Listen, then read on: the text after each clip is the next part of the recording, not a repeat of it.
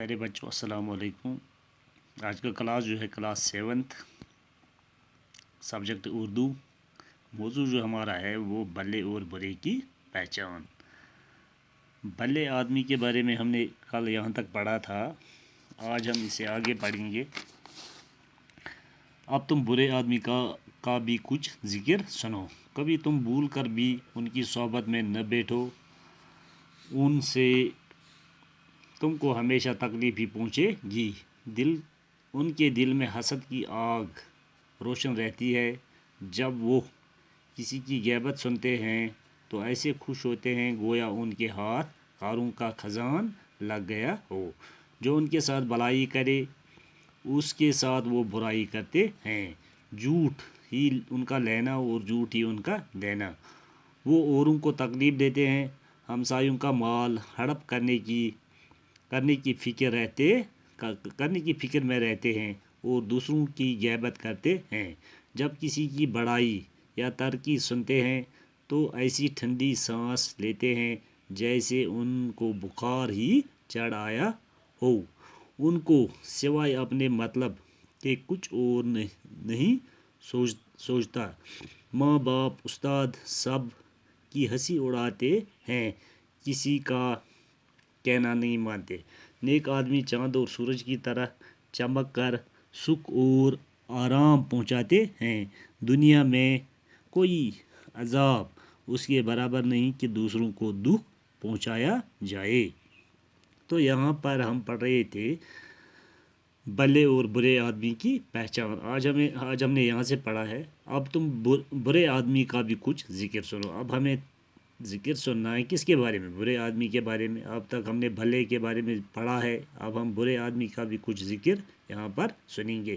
کبھی تم بھول کر بھی اس کی صحبت میں نہ بیٹھو۔ صحبت کا مطلب ہو گیا دوستی۔ کبھی بھی آپ اس کے ساتھ دوستی نہیں کرو گے جب آپ کو پتہ چلے گا کیونکہ ان سے تم کو ہمیشہ تکلیف ہی پہنچے گی۔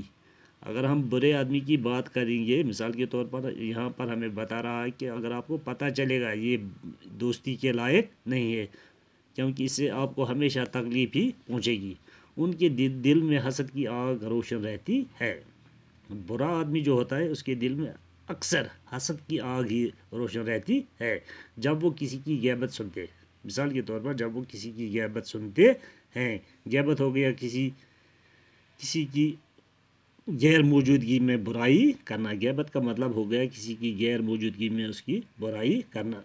تو ایسے خوش ہوتے ہیں گویا ان کے ہاتھ کاروں کا خزان لگا ہو کہ جس وقت وہ مثال کے طور پر کسی کی غیبت کرتے ہیں، کسی کی غیر موجودگی میں اس کی برائی کرتے ہیں تو ایسے خوش ہوتے ہیں جیسے ان کے ہاتھ کاروں کا خزان ہو گیا بڑا خزان، بہت بڑا خزان ان کے ہاتھ لگ گیا۔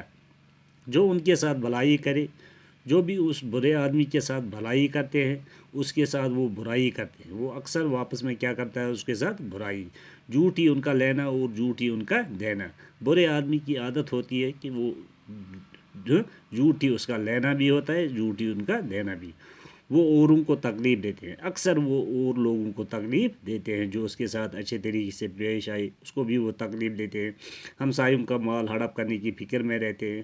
جو اس کے آس پڑوس میں رہتے ہیں ان کے پاس جو مال دولت ہوتا ہے وہ اکثر اسی فکر میں رہتا ہے کہ کب میں اس کو ہڑپ کروں، اور دوسرے کی غیبت کرتے ہیں۔ دوسرے کی غیبت ہو گیا اور کسی کی غیر موجودگی میں اس کی برائی کرتے ہیں۔ دوسرے کی غیبت کرتے ہیں۔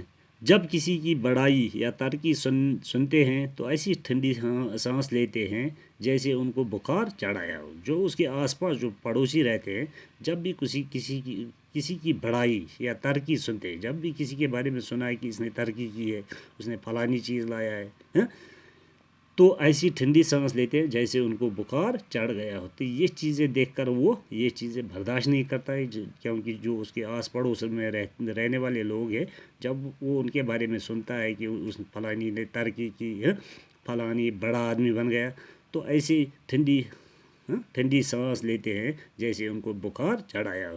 ان کو سوائے اپنے مطلب کے کچھ اور نہیں سوچتا۔ برے آدمی جو ہوتے ہیں وہ صرف اپنے مطلب کے ہوتے ہیں، وہ اوروں کے بارے میں نہیں سوچتے ہیں، چاہے ان کی ماں ہو، چاہے باپ، چاہے استاد، سب کی ہنسی اڑاتے ہیں، کسی کا کہنا نہیں مانتے، کسی کا کہنا نہیں مانتے۔ نیک آدمی چاند اور سورج کی طرف ہوتا ہے۔ اگر ہم نیک آدمی کی بات کریں گے، وہ چاند اور سورج کی طرف ہوتے ہیں، کی طرح چمک کر سکھ اور آرام پہنچاتے ہیں۔ اگر ہم نیک آدمی کی بات کریں گے، وہ اکثر جس طرح سے سورج کی ہم بات کرتے ہیں، وہ چمکتا رہتا ہے، وہ ہر ایک کو سکھ اور آرام پہنچاتے ہیں۔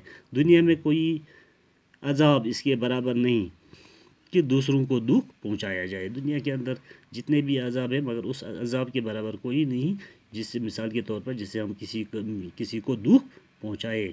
تو یہاں پر ہم نے آج یہ چیپٹر ختم کیا ہے۔ انشاءاللہ الرحمن صبح نیکسٹ اسے آگے پڑھیں گے۔